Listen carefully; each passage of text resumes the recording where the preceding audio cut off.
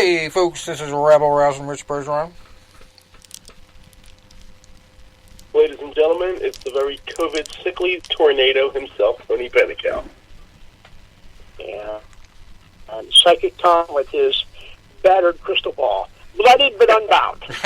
we all had a rough go of it. Yeah. Oh. Not only did you not see Tony getting Tony, the COVID, what happened, buddy? We had the Steve Payne debacle. No, it was I was saying, last week, before I found that I had it, I kind of know when things are starting to get bad for me. It's like I have my own little internal crystal ball, and I get really irritated over something stupid. And I had come back from Florida, and they told me, they said where I got it from was not Florida. I was at a 40th birthday party for Dominic's mother on the 27th, and we come to find out somebody else there had it. And if it's the guy that I think it is, I already don't like him. So now I'm really super annoyed. But last Tuesday, they were setting me up with this new system on my work laptop, and it wasn't working. So they were calling me on Monday. They're like, "Oh, we got to do whatever." And I'm like, "Guys, listen, I just got back from Florida. I'm too busy." They're like, "Okay, we're going to send you this laptop." So they're like, before they do that, they're trying to set me up on this new system on my old laptop. And the help desk on the phone hijacks 2 hours of my morning trying to set up this system that I don't really need, but they're insisting I have. And now I'm getting annoyed. So they take 2 hours of my day. Now I'm backed up on my work, and this new supervisor that we have overseeing my division, I already don't really like him that much, and he calls a meeting during lunchtime, 30 minutes. He runs it almost 2 hours. Wonderful. So now I get off at 4.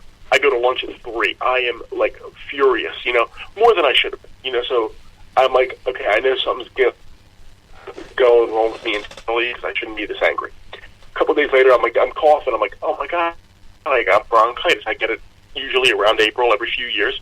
Got bronchitis. Go to make an appointment at the CVS Minute Clinic, just so I didn't have to go to my doctor or nothing, and make this appointment. And about 20 minutes before I'm supposed to be seen, they're like, "We can't see you because you're saying you have a respiratory issue. You need a negative COVID test." And so they booked me for one the following day, a rapid test. So I go to the one CVS in the morning. They put the thing in my nose. Blah, blah, blah. I'm sitting in my car. They're like, "You're positive." I'm like, "Are you positive?" "Am I positive?" I'm like, "Get the fuck out of here. I got bronchitis." They're like, "Well, now we can't see you because you tested positive." I'm like, "Can you give me something for my bronchitis?" They're like, "No." God damn it. So I go home, and I'm positive. Jesus Christ. I'm like, what do I do? So I'm looking up, where I can get another test. So they're like, "Go to this one urgent care center." And they're like, if you're sick, we can give you a COVID test, but we can also treat you for your sickness. So I drive down there and, wait about 20 minutes. And they get me in, and, they do whatever. They stick the thing in my nose again. And what do they do? "You're taking this like a champ." I'm like, "Lady, I've been punched in the face a billion times. My nose is used to being abused."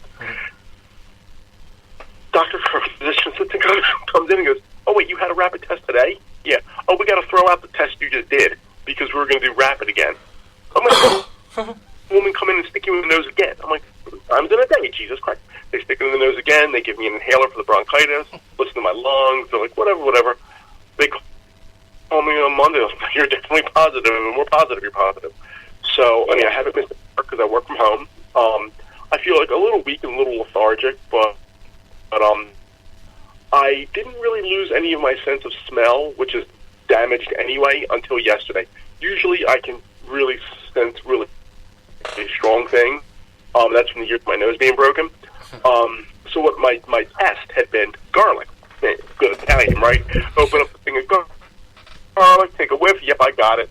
Yesterday I was like, I don't smell shit. I'm like, oh, fuck. But today I've gotten some, of the sense of being able to smell the garlic, but very faintly. I still got the cough in the chest, but I should be off of quarantine in 2 to 3 days, where I can at least leave my house. And honestly, I feel a little lethargic. I've been resting more, but I'm still doing 100 push-ups a day. I haven't been running, obviously. I haven't been doing any bag work or DDP yoga, but I'm still doing time off. I said, no, I'm stuck at home, whether I'm working or sleeping. At least let me work. Just don't aggravate me. At least let me bored out of my mind. So today they call another conference. Thankfully, this new boss wasn't on it. Really good, because I called him an asshole on it, or I said something along those lines. They're taking away one of my work responsibilities, which I'm the one that developed it. So I'm the one that developed something, and they're taking it away from me. So I'm a little annoyed. And so I was on the one call, and then the one supervisor called me privately. She goes, how do you think? I'm like, well, I just want to let you know, this guy that we have, I already don't like him. So now I'm going to make his life miserable. And the fact that he's fucking with my client, when something bad goes happen, I'm going to give him his number. So when the client is flipping out like I fucked up, no, I didn't fuck up. This guy took this system away from me, so he fucked you, not me. And you know what? I'm going to have them flip out on him. And if it gets him fired, so be it. Oh, boy. Little ornery. Good luck, bud. Yeah, good luck. You know what? And you guys have known me for a long enough time. Rich, you've known me for 20 years, and Tom, you've known me for a good decade now. When have I ever shied away from a fight? whether it's COVID, whether it's work. We didn't even ask you to go undercover and check out what COVID is like, and you did it, so. Yeah. Just took on the assignment. And not to take away from the seriousness of it, because a lot of people that have underlying conditions, we've had almost 600,000 fatalities in this country, 2+ million fatalities worldwide. But a lot of it has been people mostly with underlying conditions, diabetes, obesity. Well, now there's a certain strain too, cancer, elderly. That's latched on. Now they're saying the one strain that's predominant now, especially in Pennsylvania, is more contagious. And they said it's more deadly. And I'm like, really? I'm like, yeah, I feel shitty, but I felt worse with straight up bronchitis and strep throat. I felt worse with the flu that I had 16, 17 years ago. So, I mean, do I feel great? No. Have to, roll over and die? No, not at all. If there wasn't a COVID going on right now, I probably would have tried to force myself, out of the house and doing things and walk in, and I might have not worked out for 2 or 3 days, but I wouldn't have lasted this long. Not working out, and so. I mean, it's definitely beatable. Wow. I know my friend Mike had it, little Dominic had it. If Dominic can beat it, Jesus Christ, so can I. Wow, you're giving it a good fight, Yep. obviously. We had a couple good fights last weekend. Bellator made its debut on Showtime. And, of course, they went to their old standby drama creator, Patricio Pitbull. It was a great fight. Make some quick work of his opponent. We're going to talk about that in a little bit. We had some boxing going on. Not a whole lot last weekend, but Jamelle Herring beating Carl Frampton in a big one last Saturday. Yeah. And that was impressive because, Jamelle Herring's never been known as a puncher. And they figured that fight would be a high-action fight because you have two very world-class professional fighters, neither seen as tremendously big punchers. So the fact that Herring up and then eventually out was actually impressive. He dropped him with that lead left hand in the 5th round, and then that uppercut went right to the forehead, just crumbled him in the 6th. And shortly after that, the fight was stopped. And Frampton announced his retirement. But, Jamelle Herring, just kudos to him. Double thumbs up for a great performance.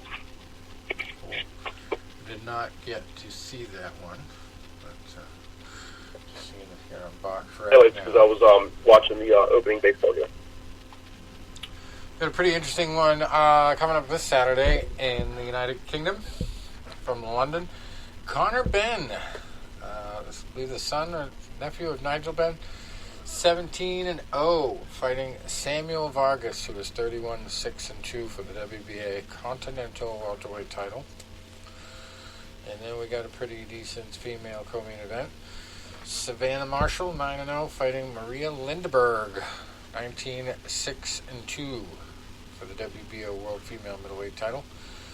And another female fight on the card, 5-0, Ebane Bridges against 6-1, Shannon Courtney at bantamweight.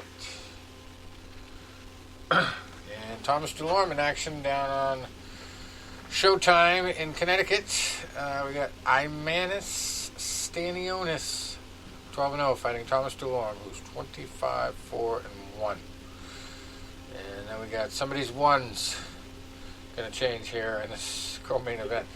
Jerwin Ansejas, he is 32-1 with 2 draws, fighting Jonathan Javier Rodriguez, who is 22-1. That one's for the IBF World Super Flyweight title. And the understated Sergey Lipinets is also on this card, 16-1-1. And Jaron Ennis is his opponent, who is undefeated at 26-0. So it doesn't look like a super fight. It's not at the top of the billing, but it's going to be a great fight right there.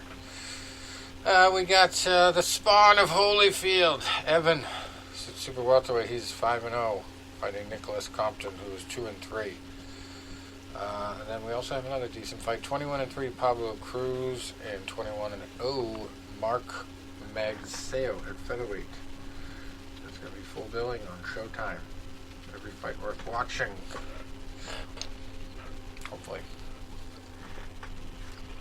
And I'm looking forward to the ESPN fights on Saturday. That main event should be a good one. Yes. And then also... my tree guy. That's my tree finally, guy. After a year of starts and... Yeah. Your fellow tree guy. And finally, a year after starts and stops, Sonny Kanto is going to get a fight. That whole COVID really threw him for a loop when he was really starting to make some moves in his career. Yeah.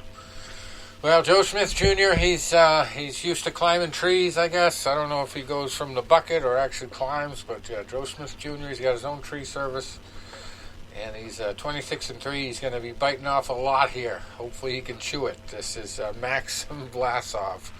45 wins, 3 losses. Joe's had 2 of his 3 in his last 6, and Vlasov this will be a good fight.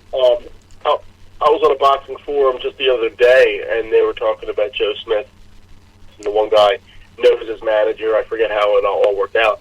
But one thing that was like the universal, thought process on there is Joe Smith is a fighter's fighter. He's a guy, that in a way, and trust me, I'm not, comparing him, especially but he's a guy, he reminds you of, that old school, kind of like Marvin Hagler work ethic. He doesn't do anything spectacular, but he does a lot of things well. He's well-conditioned, he's strong, he's tough, he hits hard. He's a fighter's fighter. He's a guy that's easy to root for. If you put your money down to watch him fight, and you buy a ticket, or you buy a pay-per-view or something like that, you're going to get, a good quality night of entertainment. You're going to get a fight. Right. And he's a guy that he's fun to watch. Yeah, and think about it. If he wins, you know who's waiting in the wings if he wins? Whoever wins. And now think about that fight. If that doesn't make the rule, I don't know what, that fight would be spectacular because, you're going to have 2 guys that, they're going to sit there and they're going to almost draw lines in the sand.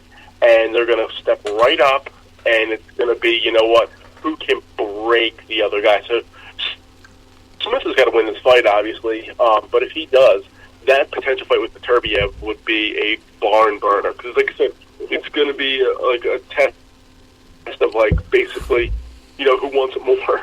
It's going to be the tree guy versus the tree. I don't. Yeah. But no chainsaws allowed. It's just neither guy has a reverse gear that I've seen. Right. It's all just straightforward. Yeah, there's no reverse. So if someone's got to have a plan B, they're in trouble because I don't think they have plan Bs. Maybe I'm wrong, but We'll see. You know what? That could be like a Rocky IV. Just the way, like that, like especially the way they choreographed that fight, which was, and even I remember the announcers even saying it's the battle of who wants it more. Like forget strategy, forget technique. This is just a fight. Right. Well, Tony, how do you see this going Saturday night? What do you think? What do you think is missed? I've been so busy, I don't even know what the odds are on it. What are the odds makers? I haven't really looked at the odds. If I'm correct, I'll see if I can pull some up right now. I believe Smith is the A side of this fight. I like the way they're talking. So I think he's a favorite. Let's see if I can get my computer to open this up. Well, while you're waiting, I'll just go over some of the other fights on the card. We've got heavyweights. Yeah, go ahead, Rich. While I'm looking at that. Heavyweights Efe Ajagba, 14-0, fighting Brian Howard, who is 15-4. And then we got, I guess this could be our Jesus fight of the week. Jesus Antonio Ahumada, 17-3, fighting Robson Canseco, who is 15-0. Another heavyweight fight, Jared Anderson, 8-0, against Jeremiah Carpensi. You don't hear too much about him. You hear a lot about Tommy Carpensi. I think he's the most talented of the brothers, but I think there's like 3 or 4 of them. All of them boxers. And Jeremiah comes in at 16-2-1. Very good fighting name there, Carpensi. Been around a long time. Since we've been doing the show, we've been talking about the Carpensis. Another guy, Trey Lippe. I believe he's related to Tommy Morrison, right? Isn't that one of his kids? I think the son, isn't it? Son? It's one of the sons. I believe it is. Heavyweight 16-0. Jason Bergman is his opponent, 27-19-2. How many knockouts does Trey have? Does it say?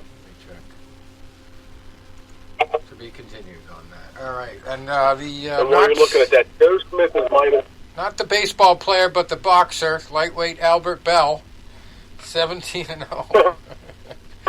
Fighting Manuel Ray Rojas, who is 20-4. And then we got our Where's Waldo fight of the week against your boy, Sonny Conto, 6-0 at heavyweight, fighting Waldo Cortez Acosta, who is 6-3. Yep. I don't think we're going to be able to do that as a weekly segment, our Where's Waldo fight. The Where's Waldo fight? That would be pretty cool. Not as common as the Jesus fight of the week. Trey Lippe, yeah, that's Tommy Morrison's son already. He is 16-0 with 16 KOs, Tony. Is that perfect or what? Well, that's a pretty good, number right there. There. And he has a win over Ty Cobb. How's that possible? Ty Cobb's dead. Wow. Yeah. He TKO'd Ty Cobb in 2016. I guess he was with Bill and Ted. My original name was supposed to be Ty. That's funny. My dad always liked Ty Cobb. He wanted to name me Ty, but he didn't know what the proper first name for Ty was. He was going to name me Tyrone. Oh, no. Dad, what the hell? I don't think I would make a good Tyrone. Wow. Tyrone Penacale, yeah, that does not ever doesn't have a nice flow. You know what? You hate to say things now because everything with this cancel culture and everything.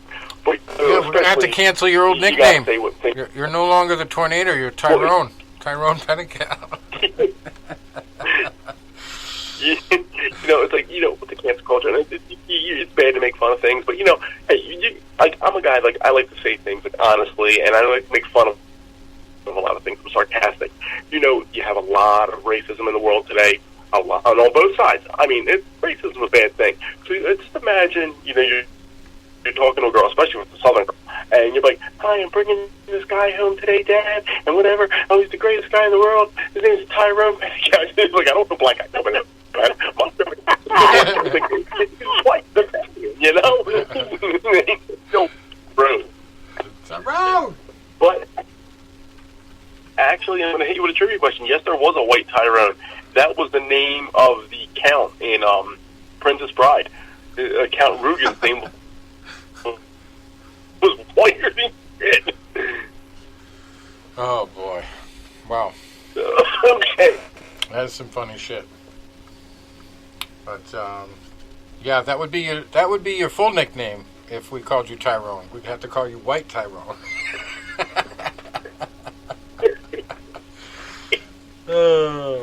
Anyway, Bellator last week. We had quite the fight. Main event. Patricio Pitbull took care of business. Knocked out his opponent. Or actually, I think he choked him out. It was guillotine choke. But he was about to knock him out. Just finishing the job because Sanchez is a really tough guy. He was trying to fight at a distance and stay technical. Pick him off with a couple leg kicks here and there in the first round. And then Pitbull did what Pitbulls do. He attacked. And he made quick work. And it was beautiful. Goes to 32-4. He extends his win streak. And he's looking to fight. Well, he's not looking to fight. He's going to fight AJ McKee for this, I guess they call it a featherweight Grand Prix, the finals. And AJ McKee and Pitbull had a little face-off at the end. It was pretty cool. They were each talking trash to each other. And, Pitbull was just going random off the top of his head, but it was like AJ had been talking all night on the panel with the other announcers because he didn't have a fight. And he kept saying the same thing. I'm going to put a leash on this Pitbull and take him for a walk and show him who's boss, So looked like he was saying that over and over again, and Pitbull really wasn't feeling it. But we also had Jason Jackson beating Neiman Gracie by unanimous decision. Not Tyrone, but Tyrell Fortune beating Jack May by TKO. It's 3:16 of the first round from punching. Punching win. Then we had Usman Nurmagomedov living up to the Nurmagomedov name and beating Mike Hamill by unanimous decision. Kana Watanabe beating Alejandro Lara in a tough split decision fight. And not very entertaining, but very technical. Magomedov beating CJ Hamilton by a second round rear naked choke. Mandel Nalo beating Richard Sykes by Superman punch. 3 minutes and 23 seconds into the fight. I'm not going to go through all of these. These are some ridiculous names. And then we had the UFC fight. We didn't get Tom. He wasn't able to talk about. We couldn't connect with him last week, but yes, sir. We wanted to give him a moment to remember the championship of Stipe Miocic. I kind of got the feeling that they woke him up from a nap. I don't know if you got the same impression, but what was up with the hair? It was the first observation was the strategy of coming in light. Yeah. It almost looked like two different weight divisions. Yeah, it did. And in that small cage, you just have to look back. Now, I'm going to learn a lot more Sunday. I've got a few guys coming down for tax situations, and they're still training. They're not fighting anymore. But I'll try to get some inside stuff. What's going on from inside the gym? The before and after. Real inside report. I think that was what set it off to me was in the first round when that takedown failed. Yeah. And I remember at that point I thought, God, well, not only did it fail, but it was reversed. And I started looking at the weight differential and the fact, and let's give Nagamu credit.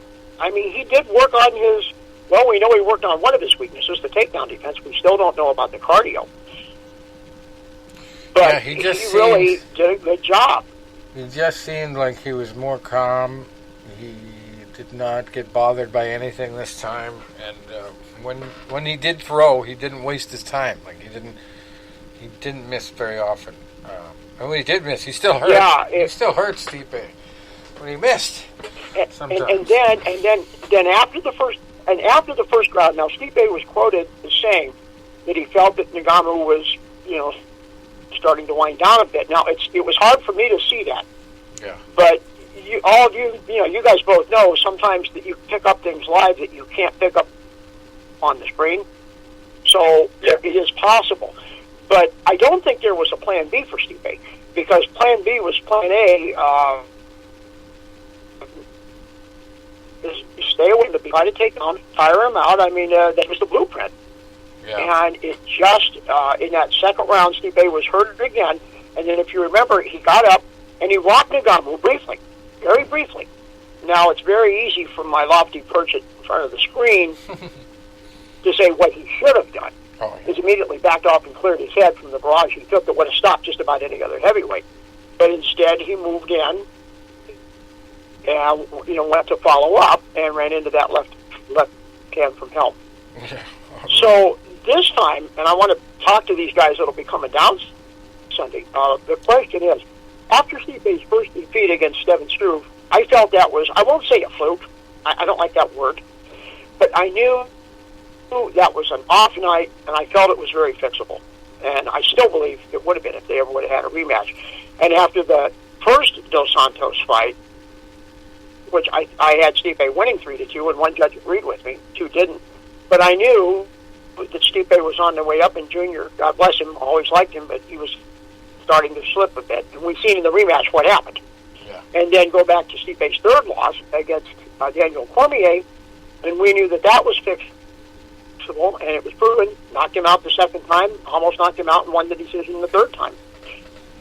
Now the question is, if there's a rubber match with Ngannou, what will be different? And another thing, too, you wonder if this would be in a full arena. I mean, it seemed like Ngannou was really poised. It's no crowd there. But there's still that factor of the crowd.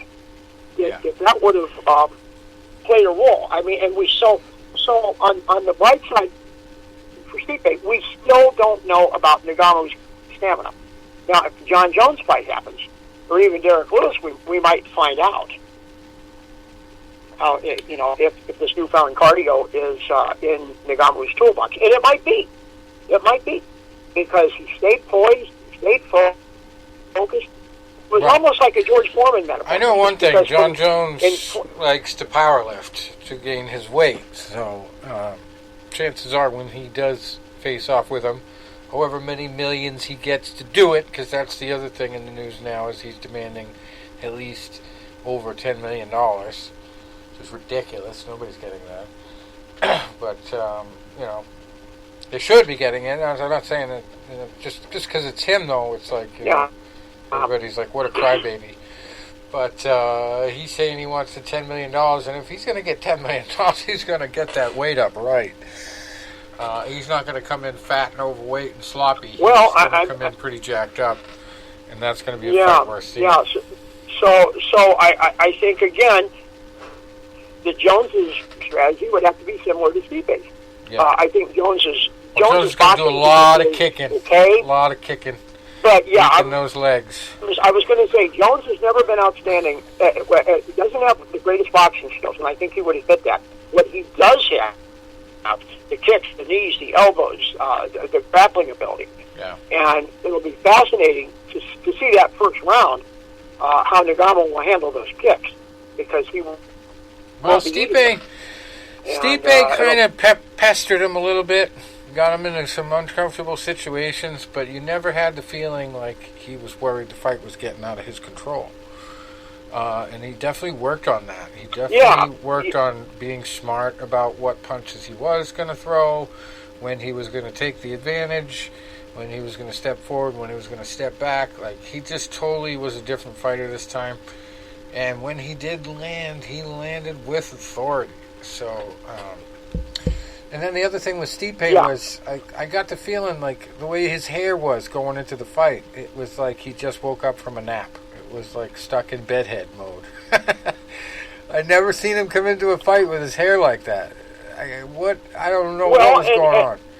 And then there's another X factor too. Yeah.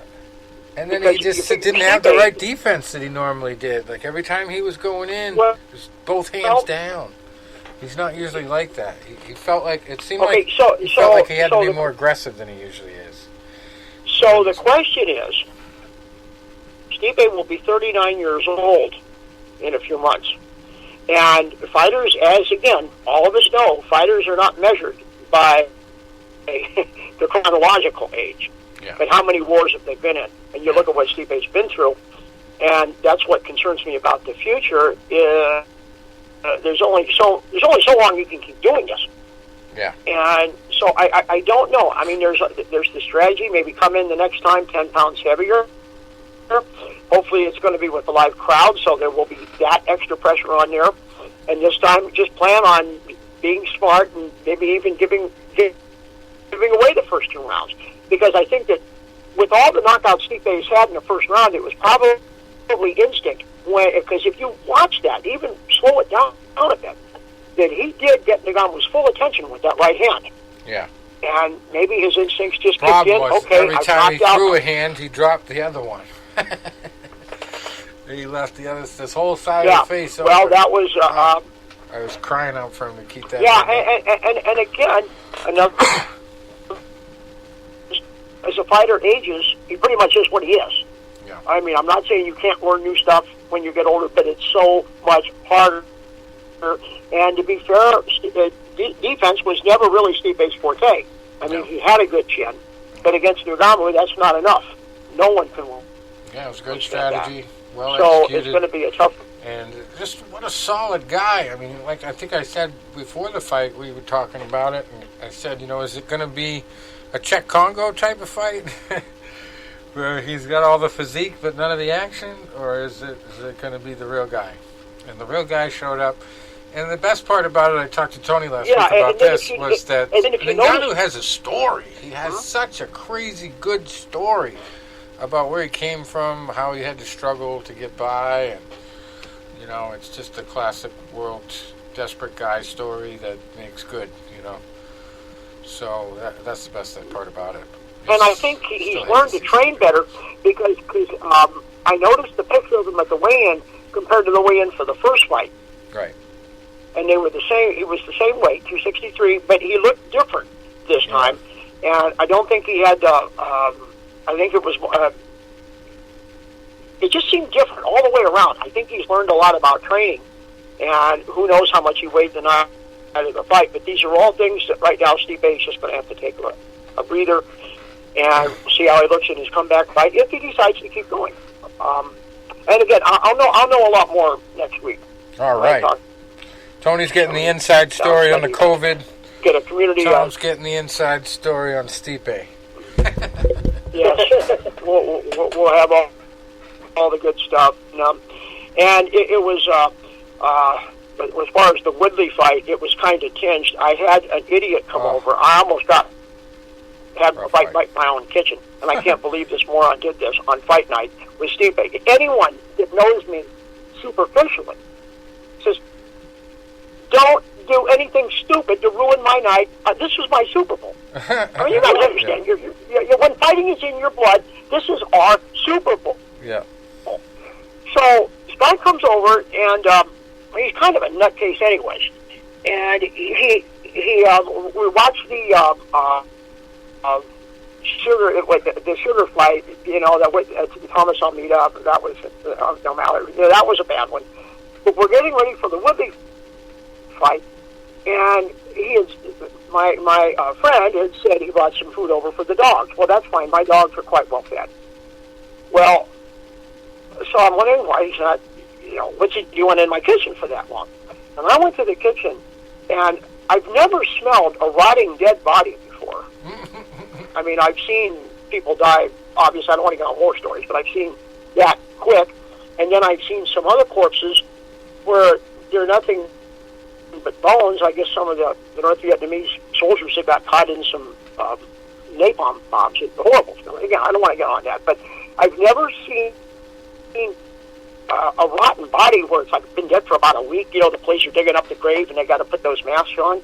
Well, I thought that's what this was. And this guy is kind of the nuts. It wouldn't surprise me if he had someone's leg in his bag, you know. And I'm, what the fuck did you do? I'm starting to get the dry heaves.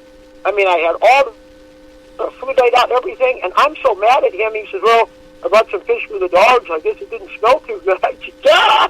And then he's standing there laughing at, almost like it's funny. I almost popped him. Well, he finally realized how out of my mind I was, and he just took off running to his car. So it made me miss the first round of the Woodley fight, which I guess was competitive at first. Yeah. Woodley supposedly came out, and wild one. And I was still just so infuriated. I mean, I've got everything on fight night just the way I wanted, and my kitchen was assaulted so bad. I was beside myself. I couldn't believe that this guy would do this. But that's what you call a fish fight. All around, all around, not a good night. Not a good night. And he finally called and apologized. But I said, you know, just if I ever invite you back here again, just common sense. My dogs are fine. Okay. Yeah. So that's my rant. Let me just be quiet. Oh, that's awesome. That's great. True story. There we go. So all I can say is we start all over again the next day and go from there. But one last thing, Stipe's never lost a rematch. All right. So if there's any bright side there, but there's going to have to be a different strategy, a whole bunch of stuff different, if he can do it. I mean, and Tom, the other thing you were saying, you know, it's like, you know, when you have like a big event like this, for guys like us that are really into this, you know, this is like a big event for us. It's like, you know, sometimes like, you know, like you have a Super Bowl party, and if your team wasn't playing in it, like I said, the year the Eagles were in it a couple years ago, yeah, I took that real serious. You know, I mean, real serious. Yes. Because I've gotten 3 Super Bowls in my whole lifetime. One of them I was 4 years old and didn't remember, and then 2 obvious, you know, disappointment in 05, and then you know this past year or the other year. But you know, I was into that one. The World Series when the Phillies were in it back in 08 and 09, yeah, I was into them. Other games do game, you know, I mean, I'm not emotionally invested. I'm cracking a beer open and whatever. When there's a big fight on, now I had a period back in the mid, you know, in college and just out of college. Any type of social event was, you know, invitation for us to get a keg and have a big ass party. And it could be, you know, a Bernard Hopkins fight or a Roy Jones fight. Yeah, we were tossing them back pretty good, you know. But now it's like I got to the point where I'm like, there's a fight on, especially a big fight.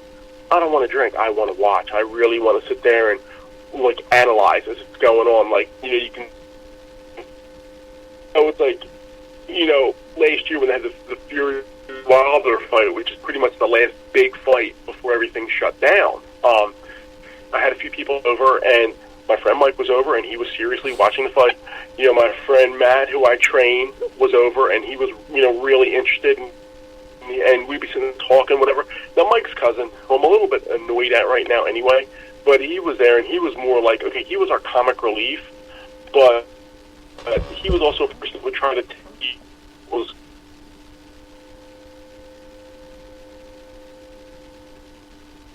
You're breaking up on us, Tony. Boxing.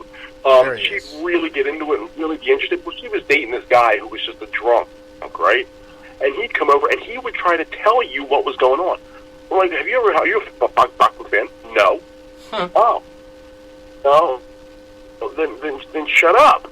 You know, well, why is this guy doing it? We had another guy we knew, and he actually since recently passed away. But he would find a fighter that he liked, and like just say it was Mike Tyson. Everybody should fight like Mike Tyson. Floyd Mayweather should fight like Mike Tyson. We were watching a fight like that, and why isn't he doing the Tyson bob and weave? Because it was Marco Antonio Barrera, and he doesn't do the Tyson bob and weave, you know? I think it was the Barrera-Hamed fight, which the 20-year anniversary was yesterday. And he's like, well, he's got to get in there like Tyson would. Buddy, not everybody's Mike Tyson. You know, you're annoying me with your stupidity and your knowledge of something you don't know.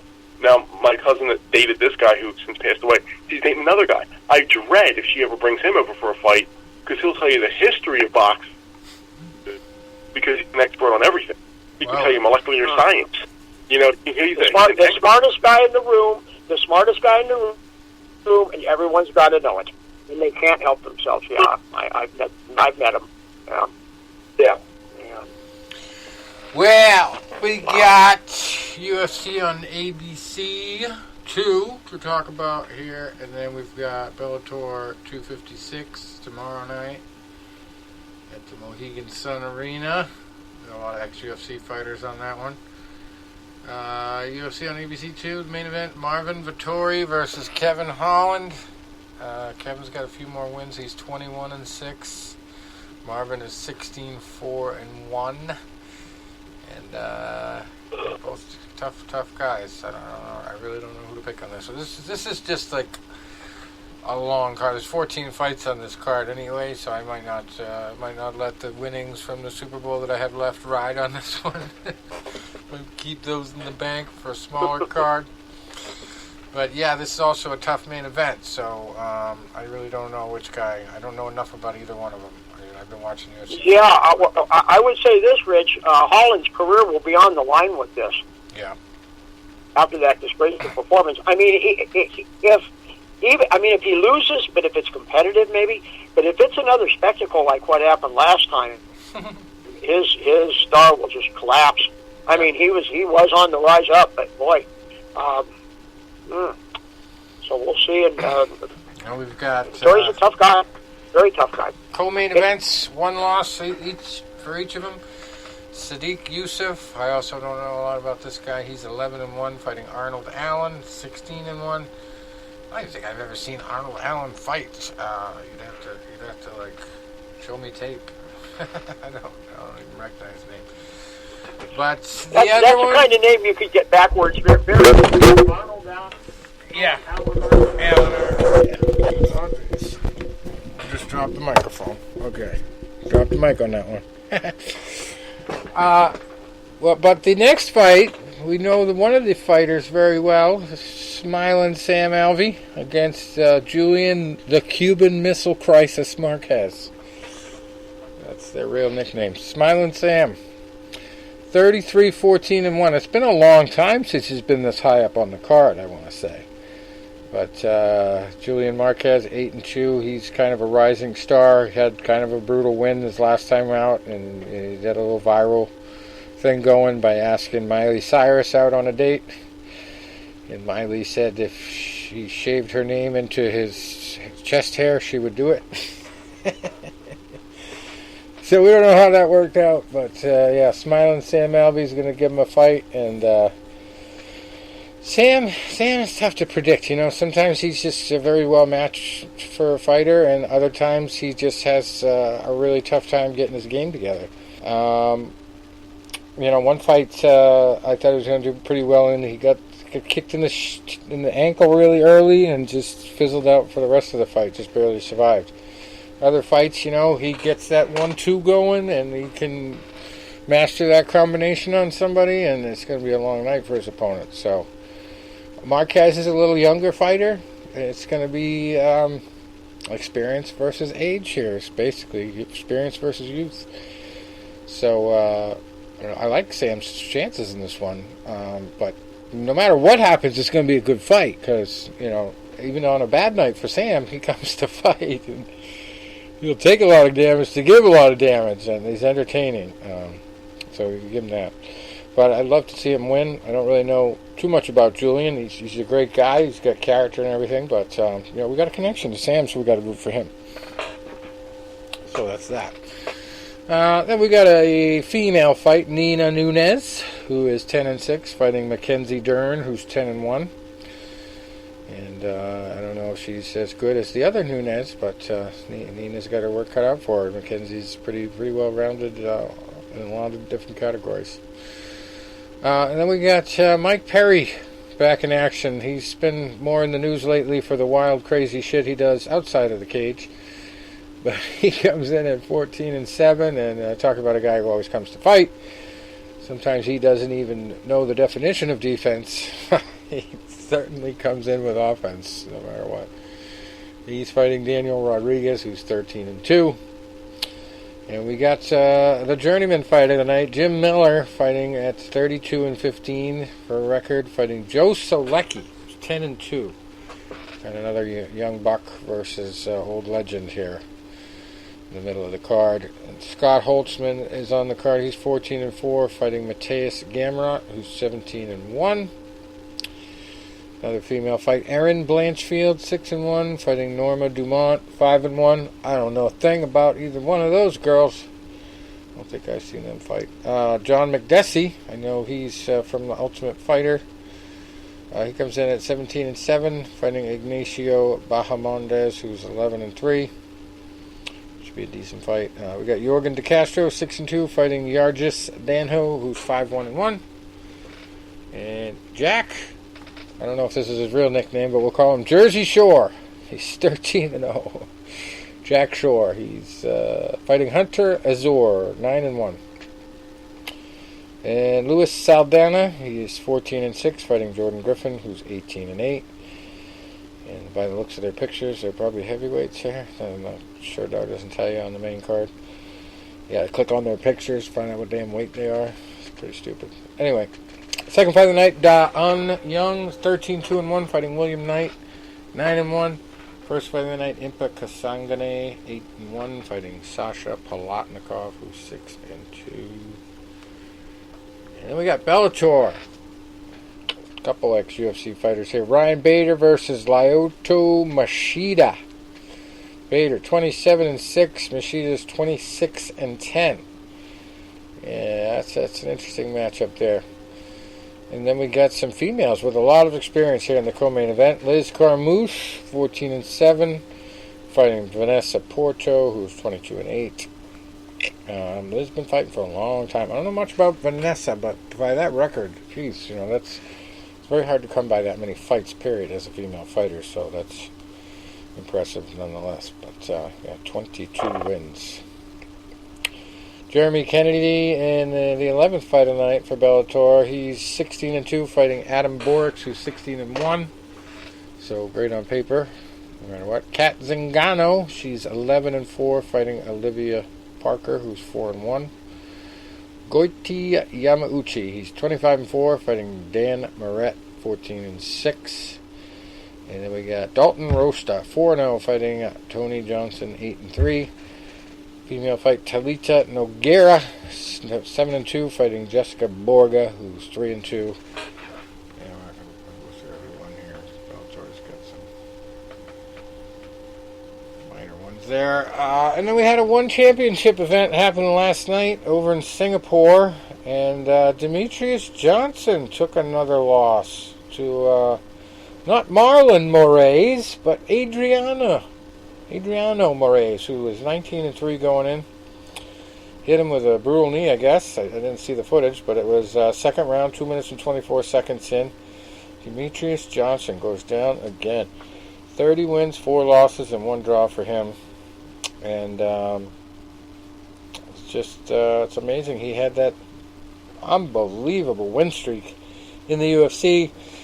And they traded him over to one championship, and he has not been the dominant fish in the small pond whatsoever. He's just got beat by a guy who probably, they throw somebody like that at him in the UFC, he handles easily. But I don't know. Different environment. It looks like he's kind of a different fighter. But that's crazy. Anyway. Co-main event there, Eddie Alvarez also took a loss. He came in to the fight with Yuri Lapikis there and got disqualified for punches to the back of the head. 1 minute and 2 seconds into that one. And we had Raymond Magomedaliev beating Tyler McGuire by unanimous decision. And Umar Kane beating Patrick Schmidt by TKO 1 minute and 48 seconds into the fight. Yeah, it was a quick night. Only one fight went the distance. Small card. And I believe that's about it. Can't really think of anything else to discuss. I didn't get a chance to get on the conference call the other day. Yesterday, I probably could have done it, but I was just didn't think I had the time to sit on it all day, but they had a big conference call for the fight between Julio Cesar Chavez Jr. and what's his name there? The MMA fighter. I'm drawing a blank. Anderson Silva. Anderson Silva. I don't know how great that fight is going to be, but it's an interesting concept. I'd like to see more of that type of stuff, you know. And we talked a little last week about Mike Tyson's next exhibition. It doesn't appear like Evander Holyfield is in the mix anymore. Sounds like Tyson might be going in a different direction. I heard something about Lennox Lewis now, too. Yeah, Lennox Lewis is in the mix, and I wouldn't like to see Evander Holyfield rematch after watching him on the Alex Rodriguez show there, where they were trying to help him out with his business. Yeah. And he just didn't look all there. With his candy bars. Yeah. He just didn't look well, like they're not candy bars, the supplements. protein bars. Yeah, supplements. Yeah. So there's so why is Holyfield out? Have you heard? Well, what's the story? I don't know. I would think it's got to be along those lines of they probably didn't think that, you know, it was going to be entertaining, because maybe Evander really is just doing it to do it, you know, for the money. And we actually got to interview Riddick Bowe. He could barely even talk when we interviewed him. And Holyfield can't be too far from that. You know, Rich, the problem with that, Rich, is there was no crawler, because this is an audio show. Yeah. You know what I mean by the crawler, when they at the bottom of the screen, yeah. It has the words that, you know, no. That was the first time I didn't even when he left. I didn't even have to say anything offensive to him, and he offered to fight me. Riddick. That was fucking hilarious. I said, "Who do you want to fight next?" He goes, "You!" That was bad. You know, Rich, you should, just to rub it in, you should have said, well, yeah, I've been trained by Galata. Ow. Been working on my left hook to the body. Yeah. My left uppercut to the body. Galata. God, that's still painful to watch. Foul pole. Oh, God. Yeah. Oh, my God. Unreal. Talk about and you talk about a circus. I mean, so many combustible elements, because you had a guy like Riddick Bowe, who was never the cleanest fighter out there. How many of his fights, if something happened? I mean, and take away the fan, because that wasn't his fault. But you had a fight with a guy named Elijah Tillery on Tuesday Night Fights, where he knocked Tillery down, and then they got up, they started taunting each other. Tillery's trying to kick him in the balls. And then, next thing you know, Rock Neiman jumping up on the thing, grabbing Tillery, and Bowe's hitting him and flipping him over the top rope. It looked like a WWF match.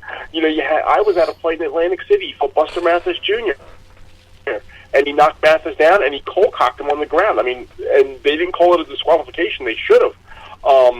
It ended up being a no contest, but it was a clear foul. How many Riddick Bowe's fights, something bad happened? So now you have a guy like Galata, who is the foul pole for he bit the foul Lua. So you had a guy like Galata that had already bitten somebody, who's not the cleanest fighter out there, that he loses his mind. You have Bowe, who's had a series of controversial fights. Then you throw Lou Duva into the equation, and then you throw Rock Newman into the equation. And then you remember the first fight at Madison Square Garden with all the ethnic Poles here, and then Bowe had his fans. Oh, wow. Yeah, you know, and I apologize, because I threw in Galata, I threw in Bowe, I threw in Rock Newman, I threw in Lou Duva. Then we got all Bowe's posse, who were just basically a bunch of Brooklyn thugs. Because if you remember Fan Man, they drug this guy out of the ring. Not saying it wasn't warranted, but they beat the shit out of this guy until he was unconscious. They damn near killed him. So now, so you got Newman running in the ring, you got Duva over there, you got these Brooklyn thugs, you know, you got the foul pole. I mean, Jesus Christ. How could it not go wrong? Take the four of them. Take the thugs out of it. Take the four of them. You know, here's my idea for celebrity boxing. Not not even celebrity. It's not even boxing. It's going to be a celebrity rematch, and it's going to be... Oh, wait. It was dead. Never mind. Shit. Fuck. It was going to be Galata, Duva, Bo, and Newman in the steel cage, no holds barred. Got to get a substitute for Duva. Maybe Kathy Duva. Newman. I wonder what's happened to Newman. I haven't heard anything about him. Rock Newman, he was like a one-hit wonder with Bo. A one-hit wonder. Yeah, it really was. You know what would have been great? You know what would have been a great fight? Not because of the quality of the fight, but the trainers would have been, and it happened where Bo was pretty much done by this time. But just imagine this: Riddick Bowe and John Ruiz throwing into the equation Rock Newman and Norm Stone. Oh, yeah, the cornerman would have been even more entertaining. Oh, my God, yeah. Who's going to get kicked out first? Who's going to get DQ'd first? Just the press conference of Newman and Stone would have been better than the possible fight. Because I remember Newman, who did he shove that time? It was somebody was with I think it was Ray Mercer's manager. He shoved him on a live interview. Norman Stone got thrown out of the corner a couple times, and he was volatile. Here's how universally despised Norman Stone was. I'll never forget. He was going to fight John Ruiz. There was an altercation at the one of the press conferences or whatever between Jones's trainer Al Murkerson and Norman Stone, and it came to blows, and Murkerson dropped him, knocked him out. I mean, Stone was flat out cold. And Ring Magazine had a picture of it. And they said, normally when a person is knocked unconscious and in need of medical attention, we don't make fun of it because it's a serious situation. However, this is Norman Stone, and we think it's hilarious. That's showing how universally despised this guy was. And then, the only thing that was really bad was his shirt came up and exposed some of his disgusting stomach or something. Well, yeah. Another exhibition I found out about this week, I posted on our blog. They're talking about now for Puerto Rico, Juan Manuel Marquez and Miguel Cotto. How about that? Think that's going to be entertaining? Both of them coming out of retirement for that one. Yeah, 10 years ago, 10, 15 years ago. But, see, they've tried this. You guys remember back in the late 90s, they started this old-timer stuff. They started recycling, like Billy Costello, who was a big lightweight in the 80s. And they started bringing a lot of those guys back. It's just, I don't know, it's just, life's about timing. When it's over, it's over. Well, if you don't like that one, I guarantee you won't like this one. If you're a big fan of Game of Thrones, you know about this guy they call the Mountain, half-Thor Bjornsson. He's an actor and bodybuilder. Big dude. Yeah, I've heard of him. Big dude. And he's... strong man. Not bodybuilder, strong man. Yes. Right. So he's going off against another bodybuilder. They traded records on, I think it was the squat or something, or deadlift. It was a deadlift, I believe. Deadlift record now belongs to the Mountain. Eddie Hall broke it, and then the Mountain broke it again. So they get such a rivalry there. They want to take it to the ring. They want to make it physical. And they're both trying to transform themselves now. And apparently the Mountain looks fit and trim now instead of hulking and unable to punch. But they got some boxing footage of him online. He looks much better than when I first saw him trying to spar. He looked horrible then. Looked very out of shape. This time he definitely looks like he's in shape. Eddie Hall still looks pretty hefty. He's one of those chubby, strong guys, That always amazed me. That, the guys that would win the World Strongman competition would have big beer guts. Well, look at powerlifters. Powerlifters aren't... powerlifting has nothing to do with appearance. That's all about bodybuilding. Right. But powerlifting is just, let's be good at those 3 lifts. Now, would you rather see a couple strong men go at it MMA rules or boxing rules? Well, open-ended question. Pujanowski does it for the MMA. I saw him live. Well, that was a pretty good show. He with very little experience in MMA, he did have some Taekwondo experience, but very little MMA experience. He gave Tim Sylvia the fight of his life at that point in his career. barely. Yeah, and just starting. Yeah, because it seems like the powerlifting crowd and the strongman crowd would be drawn toward MMA more. Yeah, because it could be a hell of a wrestler, more if they use the strength for the wrestling. Right, because boxing, I mean, it helps to be strong in boxing, but it's more of a role in grappling.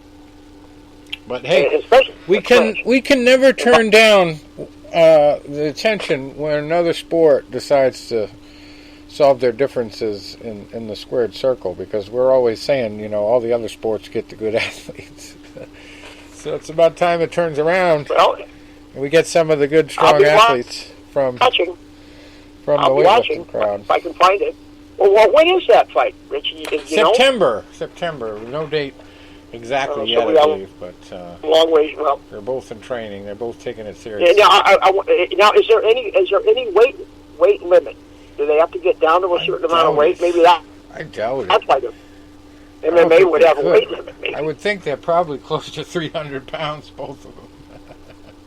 Well, in their competition days, they're closer to 4, from what I understood. I don't know. Well, we'll see what happens. I don't think they have the right scale for them. They got to bring in a cattle scale.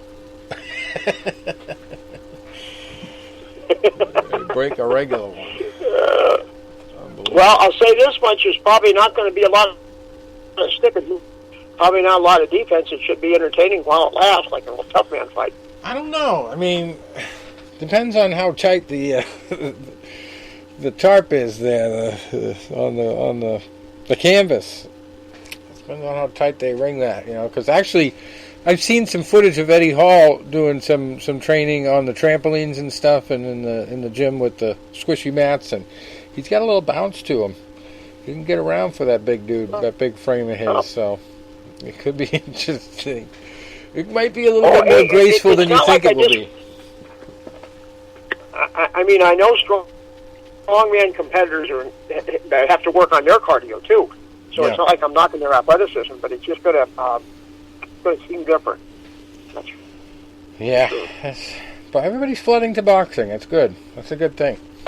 Got YouTubers. We got the Jake Paul Ben Askren fight next week. That's coming up, and it's generating a little bit of attention. The press conference ended in a little bit of a slap there and tussle. Jake Paul hit Ben Askren in the ribs with a little gut shot. Not really much live action other than that, but I don't think Ben Askren has much of a chance there. He did. I was making fun of him last week because he did a stupid Rocky IV video parody of Rocky IV, and he was kissing his wife in it and towing his kids on a little tube through the snow.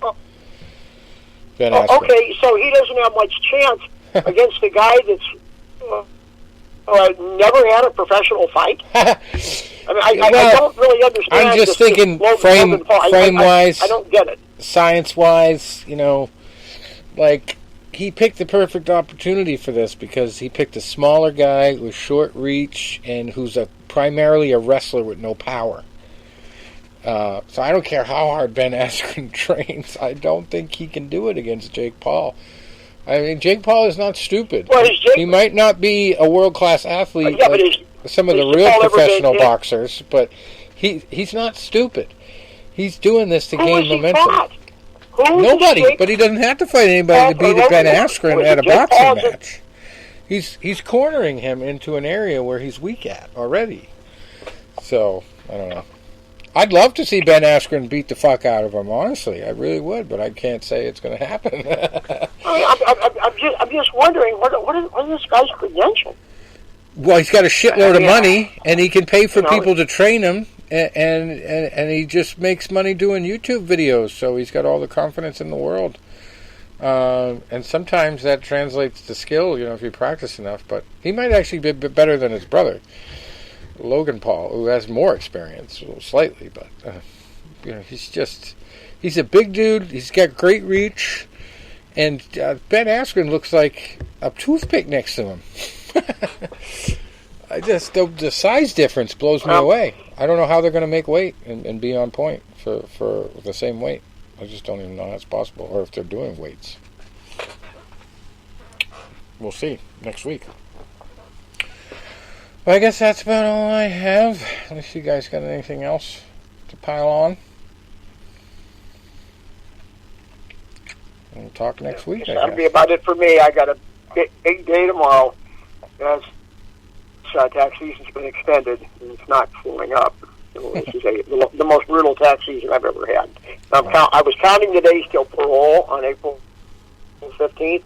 The parole board turned me down. So now they can come back and see us on on May 17th. Maybe we'll let you go. So oh well. Life goes on. Hopefully my work day will not be annoying tomorrow. I got one meeting, which hopefully I will not get any trouble during, but that's, it's going to be with the new supervisor that I don't like, and I think he knows I don't like him. So I had a call with the one account manager tonight when this guy's made some changes. It's going to fuck up her client. And I said, listen, I'm not going to beat around the bush. I don't like the guy. And he's like, shit, because they don't want to lose me, at least even to another department, because I handle this very volatile client. So I was like, well, you know what, I'm putting it out there right now. I don't like the guy. I don't like what he's doing. And so when something goes wrong, I am much absolving myself because I'm coming out and saying that I think it's being done wrong before it's being done. Nice. The thing with him tomorrow, and I'm going to try to convince everybody on the team to ignore him for the whole talk, like not even communicate. So when he asks a question, everybody they just kind of sit there, not say anything. Oh, the silent treatment, I like it. Yeah. Well, rope-a-dope. It's either that, or do you want me to tell you how I feel about you? Because I'll tell you, flat out. You ask me a question. He comes out and says, I'm very blunt. Okay, so am I. So you want to be blunt? I'll be blunt too. I don't like you. There you go. There's your answer. I think you're a fuck up. Don't get yourself in trouble there, Tony. Be nice to people. All right, next week, let us know. I'm out of here, guys. Next week. All right, you guys. Have a good night. Get well soon.